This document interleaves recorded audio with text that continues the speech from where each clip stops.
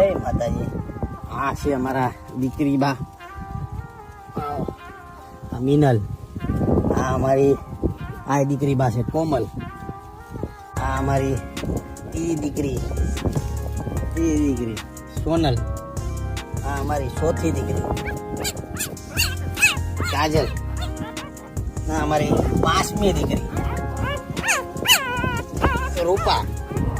અને આ અમારી 6ઠ્ઠી દીકરી ચંપા. 6 દીકરીઓ. આ એની માં. અમે રાજી છીએ હો. બાકી દીકરીઓ હોય ને એ કોની ત્યાં આવે? જે રાજા હોય ને ત્યાં જ દીકરીઓ આવે. જય હો અમારી દીકરી.